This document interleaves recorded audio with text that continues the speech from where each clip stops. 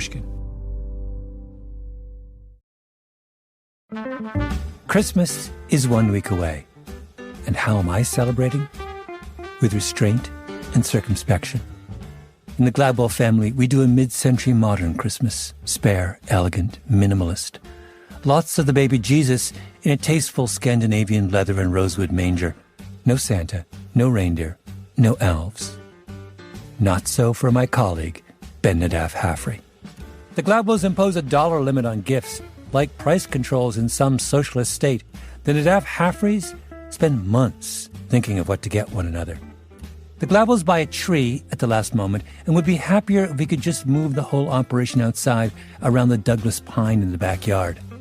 Ben's family has a tree, a little model village covered in snow, and his father's vintage electric train set, plus a little metal tree with ornaments that's up year-round. So when I told Ben that I had never watched It's a Wonderful Life, he was stunned. Then he reached out to me, as the Good Samaritan did to the traveler lying bereft by the side of the road. How could this be? He asked me gently. Because, as you can imagine, for the Nadaf Haffreys, It's a Wonderful Life is a sacred text. Then Ben told me another story about what, in his mind, is an even more important Christmas tale. A story that he regards as the apotheosis of all Christmas movies. A story not in a film, but of the making of a film. Welcome to Revisionist History. I'm Malcolm Gladwell. Today on our show, Ben Nadaf Haffrey relays for the very first time in history the truly screwy story of the making of the oddest Christmas film of all time. Trust me, you have never heard this story before, ever. Nor have you ever seen the movie in question, unless you're a member of the extended Nadaf Haffrey clan or were recently incarcerated in a state that limits prisoner streaming access to obscure television movies of the 1990s. But when you listen to what follows, you're going to ask yourself the same question I asked myself when Ben first told me this story. How did I miss this?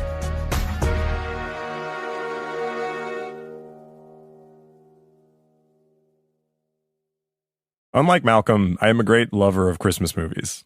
Every year, as soon as Thanksgiving's over, I'm firing up The Bishop's Wife, Miracle on 34th Street, or It's a Wonderful Life. And then there's my favorite Christmas movie, a little less famous. The 1945 romantic comedy, Christmas in Connecticut. I've watched it pretty much every year since I was little. Barbara Stanwyck plays a magazine columnist who's famous for entertaining on her grand Connecticut farm. She's known as a great cook. It's the end of World War II, and her magazine's publisher has an idea for a great feature. She'll host a returning war hero for Christmas on her farm. There's just one problem. It's all a lie. She doesn't live in Connecticut. She lives in a tiny apartment in New York, and she has no clue how to cook. My farm? Oh, yes, my farm. Oh, my farm. And he wants to see you right away to arrange it. Arrange it? Are you crazy? Where am I going to get a farm? I haven't even got a window box. That's just it. We'll have to stall him off. You know what a stickler he is for the truth. If he ever finds out we've been making all this up, he'll fire the both of us. Chaos ensues. It's a classic screwball comedy and a total delight. But the thing I really want to tell you about in this episode is what happened after I discovered, quite by accident, that there was a remake of this favorite Christmas movie of mine. An action-packed, star-studded, joke-filled, really very different version of the original. Made for TV and directed by none other than Arnold Schwarzenegger. A kind of shocking twist, if you ask me. I mean, why would the Terminator take on Christmas in Connecticut? So I did what any good Christmas fiend would do. I talked to a dozen people about something that happened 30 years ago for way too many hours to get the real story. And I discovered in the process what I've come to regard as the greatest Christmas tale of all time. I've told the story many times. I've never told it on the record. It's a big story, so if you've got the time, I will tell it to you. That's Stan Brooks. In the early 1990s, he was an independent made-for-TV movie producer. So I'm developing movies, and a friend of mine goes and gets the job at TNT. And I make the very first movie for him. TNT launched in 1988, at the start of the cable television revolution. Then as now, cable was expensive, but it was growing. The whole game was trying to raise awareness to get people to sign up. And with channels running 24/7, there was a lot of space to fill, which led to a boom in made-for-TV movies. Stan's first film on TNT was a big success, so he got another bite at the apple. And he calls me, he goes, what do you want to do next? So I said, in a million years, would you ever let me do a remake from the MGM library? Because that's what Ted owned. And he said, yes, just pick one. Christmas movies always do well. And there was one Stan loved, Christmas in Connecticut. And I'd known the Barbara Stanwyck movie. And so I said, well, this could be a good one. It was right as Martha Stewart was exploding. I thought, well, what if this is Martha Stewart? What if she's on TV and has an empire and it's all fake? And so they loved that take. And so off we went to the races. He got a writer to work up the script. In television, it was great because you could get your stuff made. This is Janet Brownell, one of the all-time great bards of TV movies. Writer on Eloise at the Plaza, 12 Dates of Christmas, Days of Our Lives, and the uncredited rewrite of Tim Allen's The Santa Claus. All Brownell. She loved the original Christmas in Connecticut. I mean, it's charming. And in fairness to me, the original draft was very close. Janet wrote the draft of the script for Stan's remake. And we turn it in, and they go, this is good. This is good. We need a Christmas movie. So now I have a nice little Christmas programmer and nothing more. It's the middle of 1991. In Hollywood, Janet and Stan's low-budget television movie remake isn't really the sort of thing to get people talking. But they're making progress. He's got the old-school movie star Diane Cannon cast in the lead as the Martha Stewart character, and an offer out to a director. And then one day, his phone rings. His assistant says it's a big Hollywood agent named Lou Pitt. Now understand, I'm in the television movie business. These guys are never calling me. So if they do call me, it's never good. And he gets on the phone and he says, do you have a director for your Christmas in Connecticut movie? And I said, well, almost. Yeah, we may have an offer out. And he said, okay, well, if he doesn't say yes, I want you to consider my client. And I go, okay, I'm waiting to hear the name. And I go, who? And he goes, Arnold Schwarzenegger. And I burst out laughing. Oh, he was totally shocked. Lou Pitt, legendary agent to Arnold Schwarzenegger. Well, that's hilarious, Lou. No, seriously. Is this a joke? Is this a joke? He goes, no, seriously. And I go, what? I'm Schwarzenegger's not doing a Christmas movie for TNT. To be clear, Arnold had just finished shooting James Cameron's epic Terminator 2. Hasta La Vista, baby.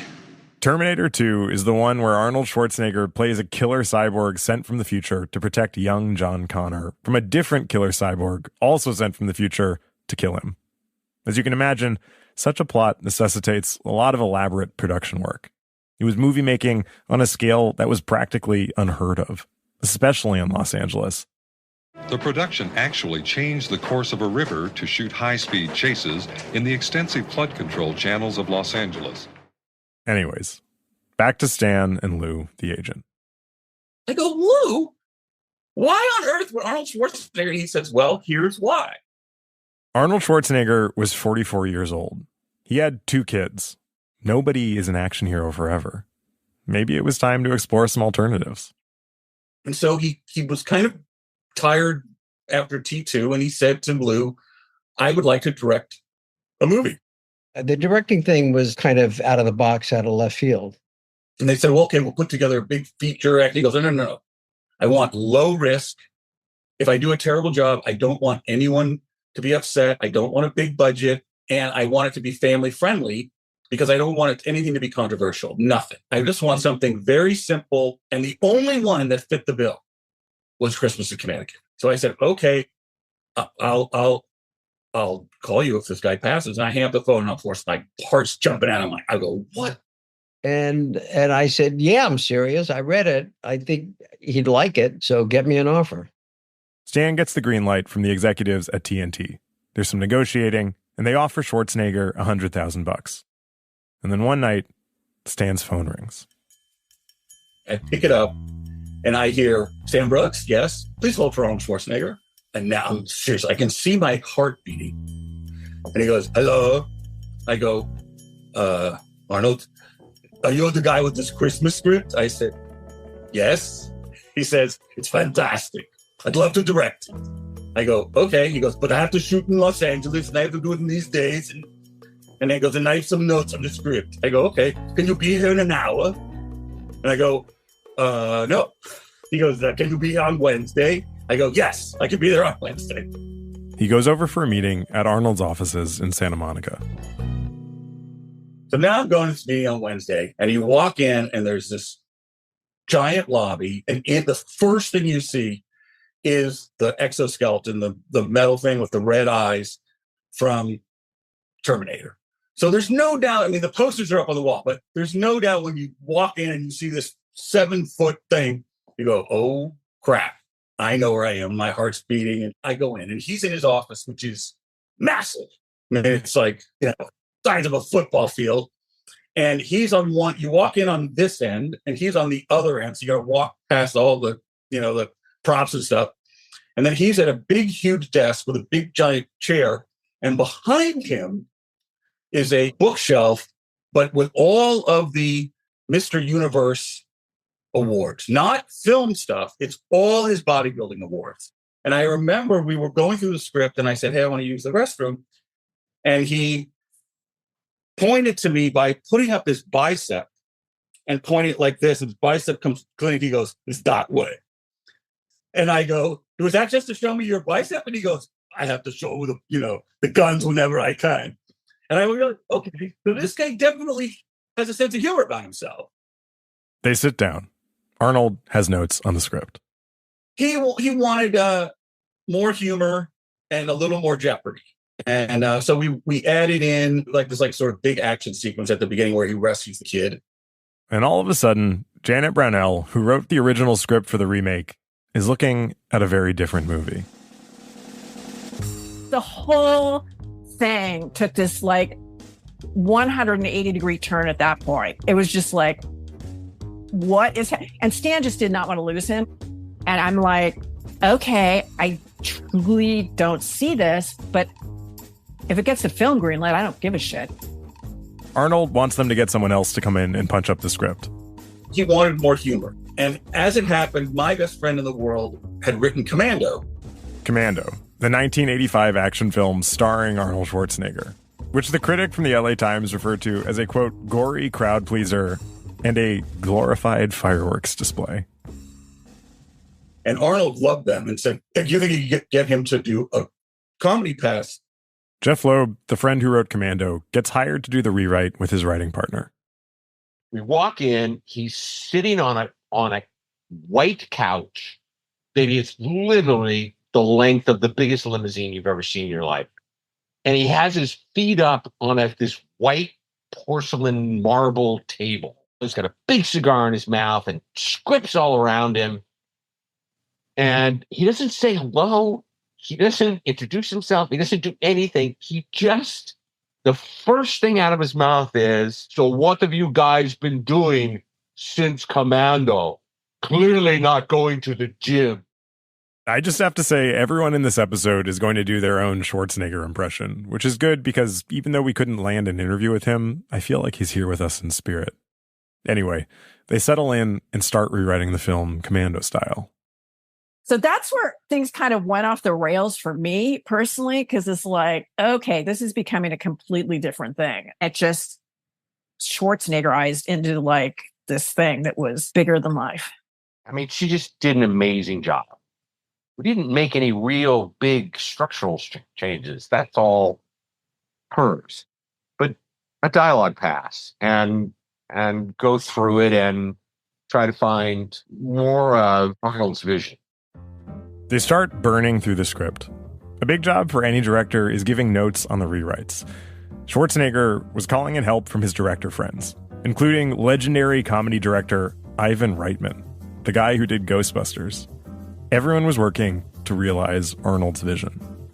Now, you have to understand that on Commando, he would do this all the time. He would go, I have a great idea. Listen, this is what I want to do. When the guy comes at me, I want to throw a buzzsaw at him and it chops off his arm. And then I'm going to pick up his arm and punch him in his face with his own arm.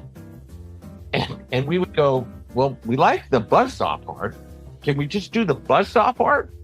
So, like, our job is not to go, maybe that's not going to work. Our job is to make it work. And it doesn't help that the next day he would say, okay, we're doing really well. We're really getting there. It's really coming to where I want it to be. So I gave it to Stephen. And Stephen talked to me last night. And he says, I have to really be careful about it. And this is what I want you to do. And again, I'm like, is Stephen the guy at the gym? Is Stephen, who is Stephen? And then suddenly as you go, you know, as he starts to sort of talk more, you go, he's talking about Steven Spielberg. This was beginning to look like a train nobody would step in front of. Back at TNT, the executives had a dim sense of what was going on. It's not how it's done now. Laurie Poseman-Tier, one of the TNT executives. Whether you're famous or not as a director, that doesn't happen, to let somebody go and change things as much as we're changed. Meanwhile, they've cast the rest of the film. Joining Diane Cannon would be Hollywood screwball legend Tony Curtis, probably best known for playing opposite Marilyn Monroe in Some Like It Hot. Along with him would be ex-country music star Chris Christopherson. Here's TNT's senior vice president of production at the time, Nick Lombardo.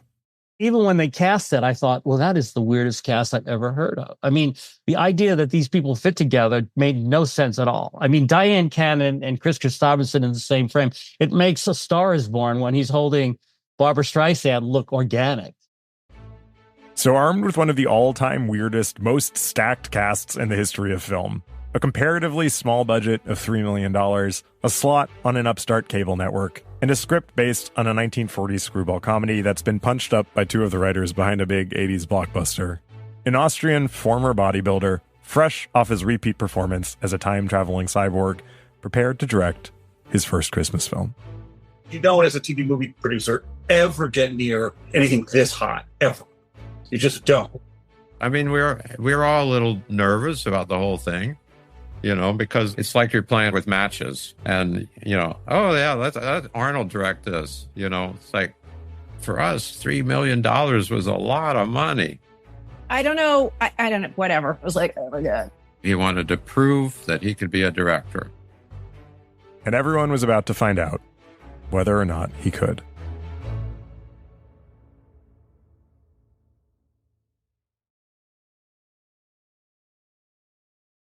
Christmas in Connecticut, the remake, began filming about 2 months before Christmas in Los Angeles.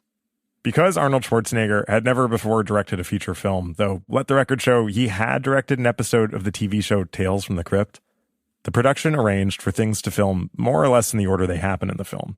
There's a lot less to keep track of continuity-wise that way. But this also posed a problem. One of the anxieties of adapting a great work of art is figuring out how to make it your own. The 1992 made-for-TV remake of Christmas in Connecticut does this immediately by introducing its male lead, a park ranger named Jefferson Jones, mid-workout routine in his mountain cabin. If you're looking for signs that this is not your grandmother's Christmas in Connecticut, the sight of Chris Christopherson as Jefferson Jones sweating after busting out some chin-ups on a beam in his cabin is your first warning.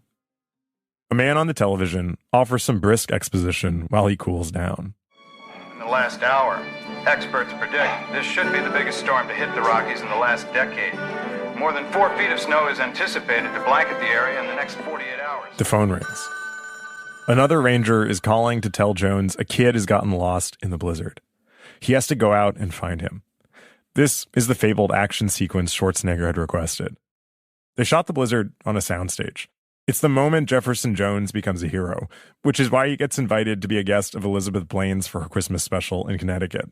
It's got to look epic. It's got to have that Arnold Schwarzenegger feeling. Unfortunately, Terminator, this is not. Here's Jim Wilberger, director of production. You know, there's a scene where Christopherson, you know, suddenly has rescued the kid, and you see him roll down this little hill of snow, which was shot on stage. And trying to make more of it because there wasn't that much set for that little hill. And you know, and then suddenly you see all the people rush in to rescue. You know, I mean, this was just not good blocking.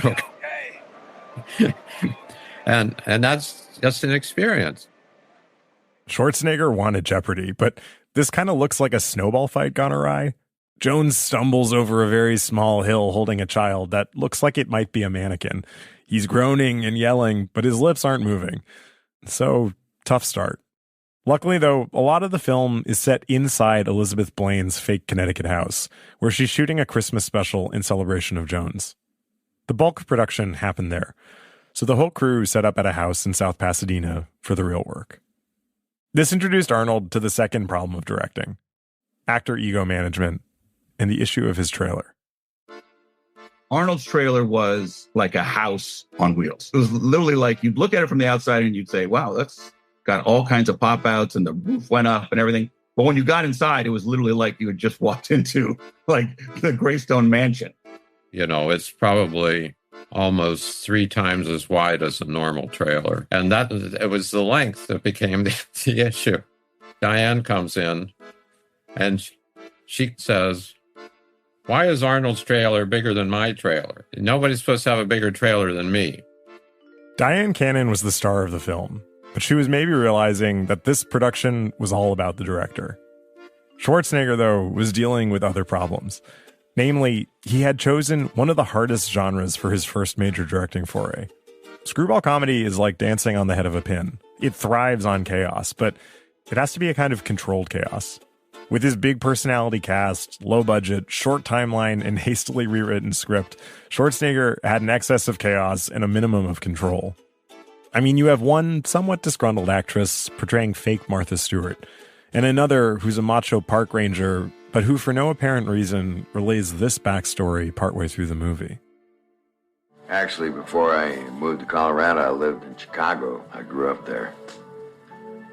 Taught comparative literature at the university for 10 years. Really? I got offered tenure and head of the department, and it's what I thought I wanted.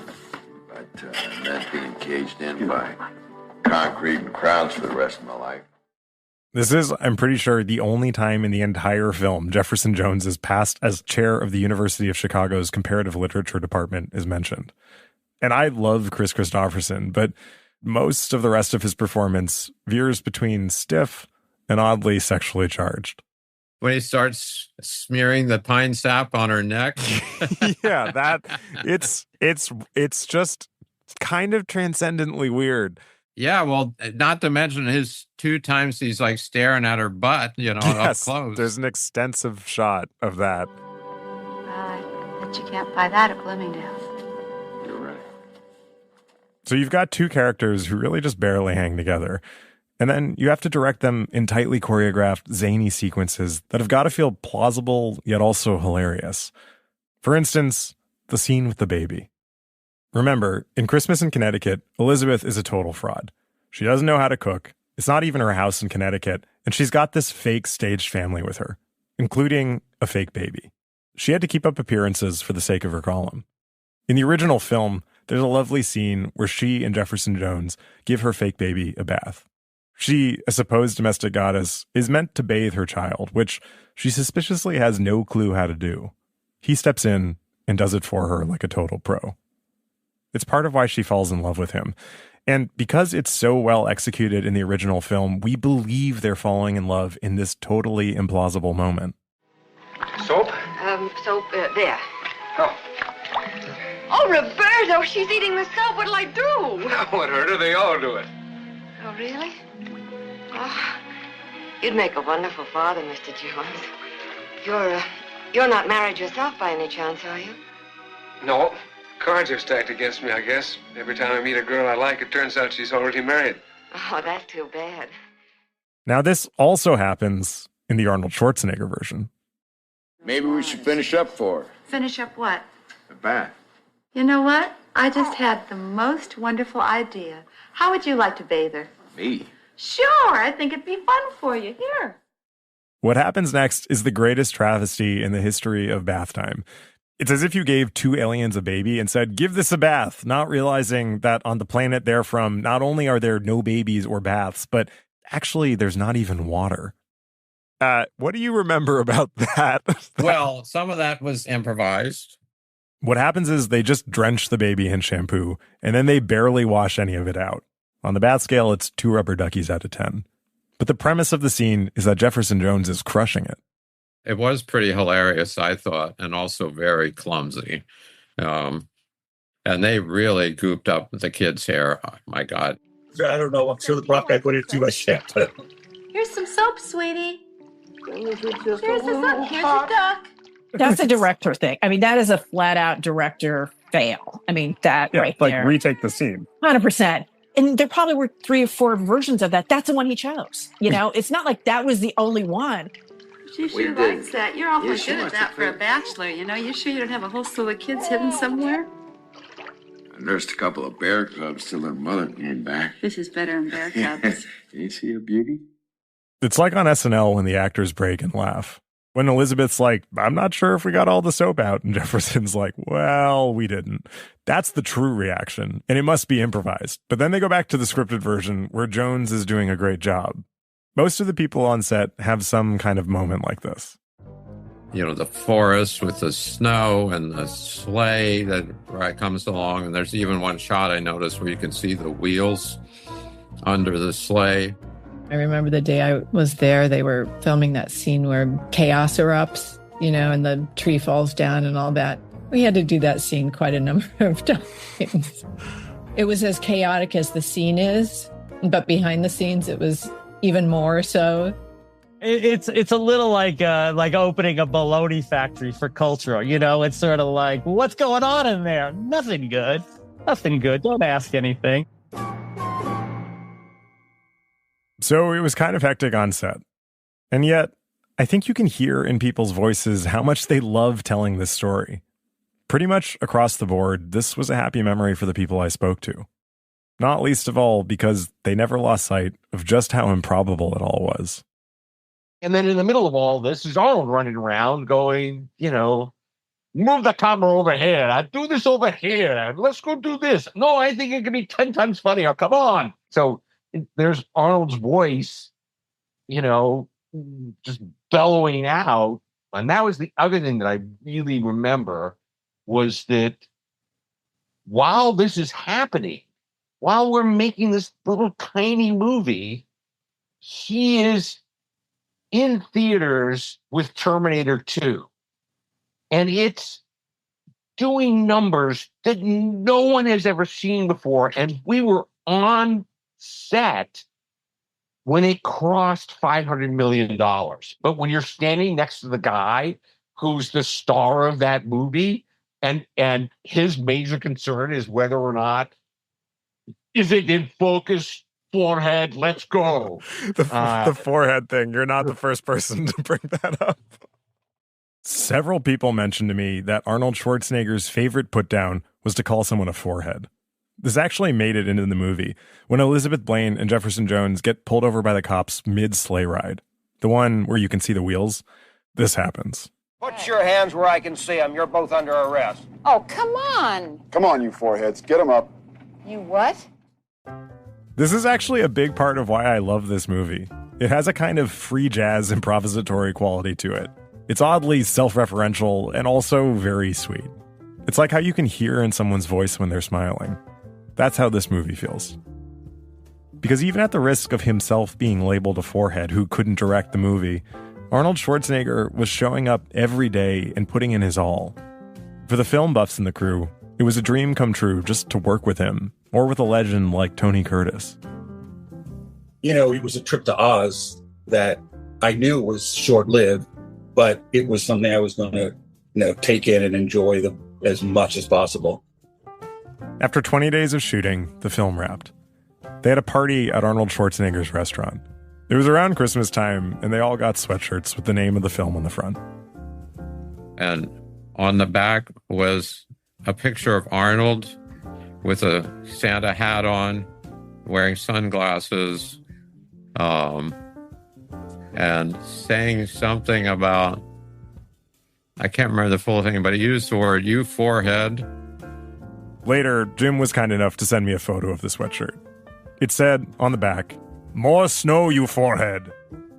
There's my Schwarzenegger impression.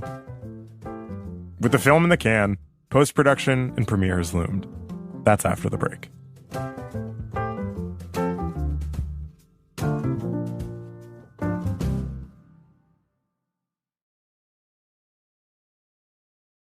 Before we get to the premiere of Arnold Schwarzenegger's 1992 Christmas in Connecticut remake, I want to tell you about something that happened earlier this year. Thank you all for coming. Thank you, Mitch, for coming down from Detroit. Thanks for having me here. Malcolm interviewed Mitch Albom live on stage at the 92nd Street Y. Albom is the best-selling author of some ungodly number of books, but he's probably most famous for Tuesdays with Morrie. He and Malcolm were there to talk about his new novel about the Holocaust, The Little Liar. They were warming up with some Mitch backstory about his time as a musician in New York. I tried the whole starving musician thing, and I played in all the clubs around here on Monday nights. I was backstage at this event, peering out. I hadn't read Mitch's book. I was up to something else. Wait, we should probably do this before we get too far afield. On the music thing, if you've been talking so much, you will note that behind you, there is a Korg. At this point, the audience of people who had come that night to hear the author of Tuesdays with Morrie discuss the Holocaust noticed the electric piano behind him. And we have a request that you play one of your most famous compositions. Which, you know what I'm talking about. I'm talking about Cooking for Two from the legendary Arnold Schwarzenegger 1992 made-for-TV movie Christmas in Connecticut. Yeah. Can you see the recognition in the crowd? Yes, it was my keyboard, and yes, I had planted it there. Mitch, no, this, for some reason, I have no idea, my colleague Ben is obsessed with this and really wanted us to do this, and I thought, how great would it be for you to sing one of our songs? Just to give us a little taste. Well, I have to tell you the story of the song. Tell the story. Okay, so after I got out of the music business, I had a college roommate who went into the movie business. That would be Stanley M. Brooks, executive producer of Christmas in Connecticut. Stan and Mitch were roommates at Brandeis. And he knew that I was a musician, and he was making a movie with Arnold Schwarzenegger as a producer, and Schwarzenegger was the director of Christmas in Connecticut, the remake. Sounds about as good as it was, I think. And they needed it's a song because she played Diane Cannon played the lead, and she was a cook on TV or whatever. Yeah. So the song had to be about food, and they wanted to use Harry Connick's Recipe for Love or something like that, but they couldn't afford it. Yeah. So Stan calls me and says, we need a song that's kind of upbeat about food for Arnold Schwarzenegger's movie. Can you do it? You know, I said, well, when do you need it by? Thursday, you know. It was Tuesday, you know. So I just went and wrote a little song, and my wife is a singer, a fantastic singer. And I said, honey, can you sing this song because we don't have time to go find anybody else? And he listened to it and he said, I like the one with the girl. And that's how the song was chosen. Yeah, yeah. I want you to play it. I really think you should. So it went, now remember, it had to be about food. So it went,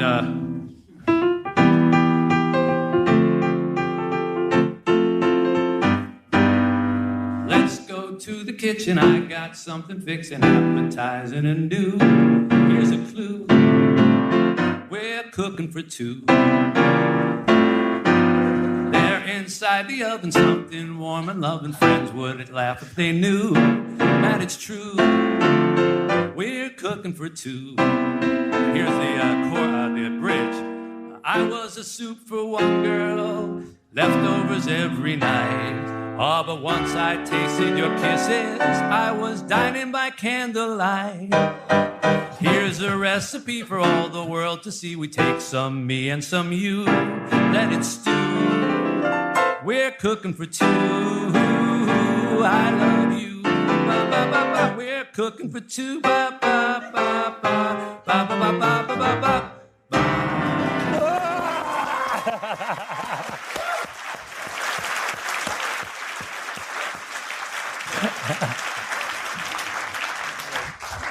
That definitely ranks amongst one of the most embarrassing things I've ever. They planned to play it over the credits. With the Mitch album closing track in hand, Christmas in Connecticut was almost ready to debut.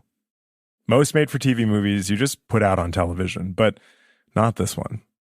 First of all, TV movies don't have screenings.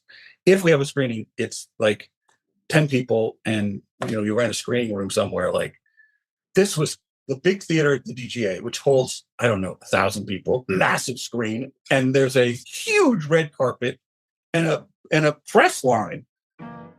We had 2 theaters going, and they were filled. When I tell you that there's never been a television movie before or since that had a press line, and he's walking down, working the press, and the TNT publicity person, this is Stan Brooks, executive producer. Arnold! According to Stan, Ivan Reitman and James Cameron were there, along with a whole slew of Hollywood royalty. The screening was in LA. It was a media sensation. Watch out, Hollywood. There's a new director in town, and he's used to making a big impact. That is, in front of the camera. When you act and you see such talented directors as I've worked with, it inspires you. Janet Brownell, the screenwriter, was not having such a good night. I remember sitting at the screening with my agent, and I was like crying. I was like, oh my God. Why were you crying? Because it's like, it's so bad and my name is on this. My agent was very fast to get me a drink at that point. I just remember outside, there was kind of a Christmas themed sort of party and just like, I need to get out of here. But there was no putting the genie back in the bottle. TNT was running promos nonstop. I love romantic comedies, so I made one myself. Christmas in Connecticut. It's a romantic comedy with all the trimmings.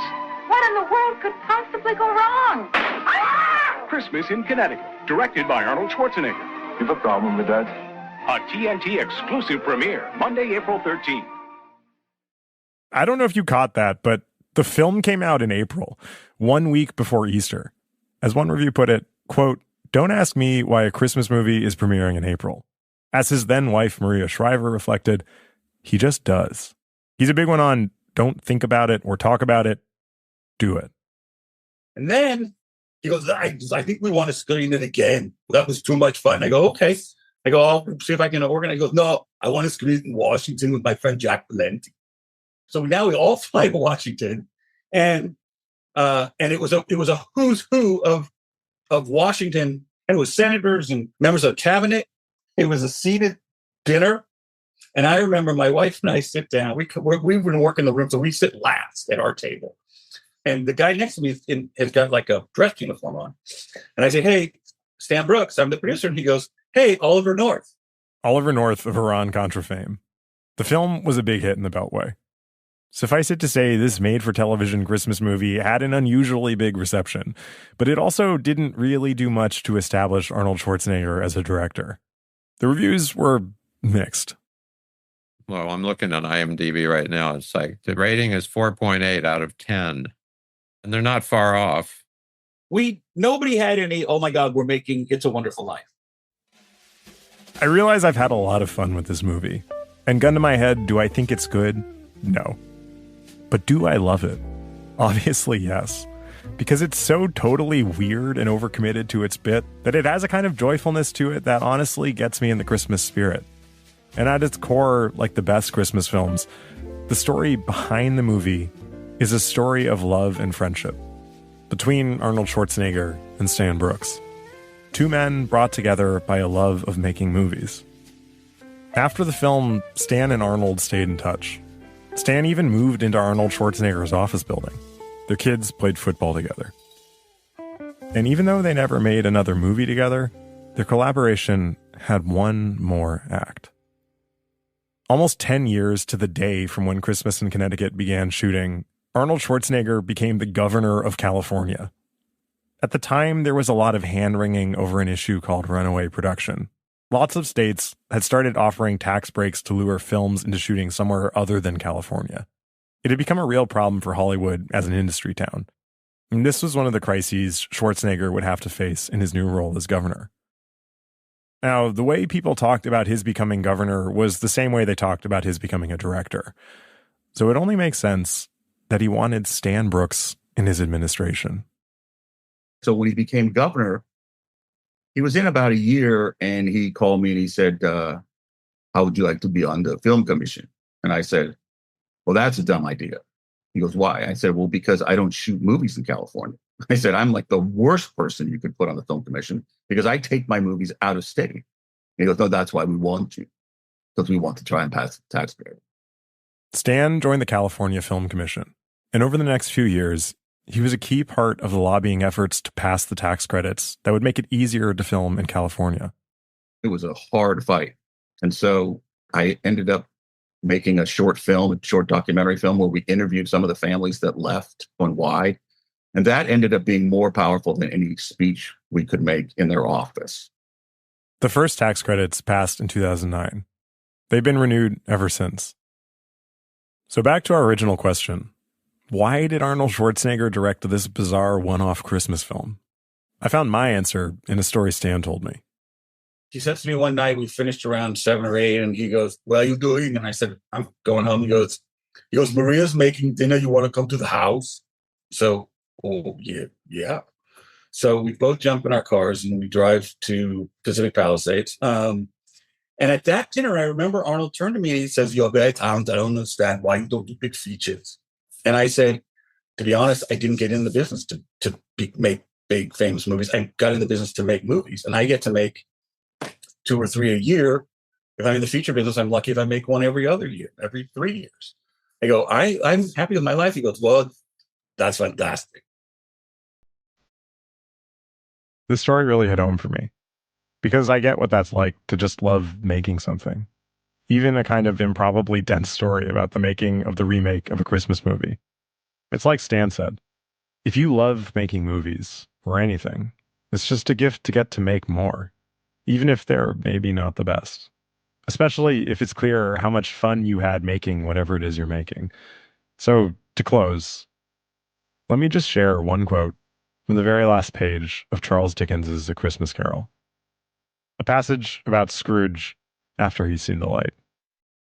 Quote, some people laughed to see the alteration in him, but he let them laugh, and little heeded them. For he was wise enough to know that nothing ever happened on this globe for good at which some people did not have their fill of laughter in the outset. His own heart laughed, and that was quite enough for him. Maybe Stan and Arnold didn't make It's a Wonderful Life, but it seems to me like their own hearts were laughing. So from all of us here at Revisionist History, happy holidays, you foreheads. See you in the new year.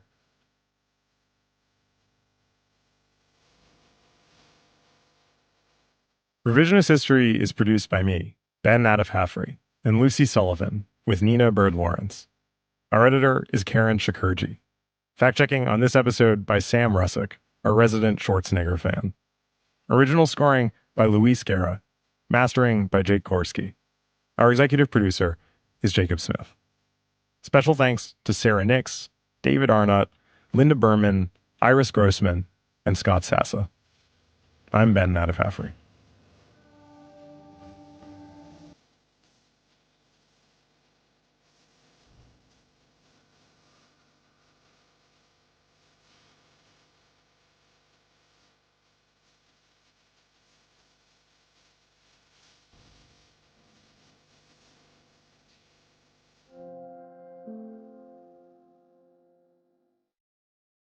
Three, 2, 1. We wish you a Merry Christmas. We wish you a Merry Christmas. We wish you a Merry Christmas. Happy New Year. Dreadful. Absolutely. That was the worst. I couldn't What's do the matter with you this guys? really hard.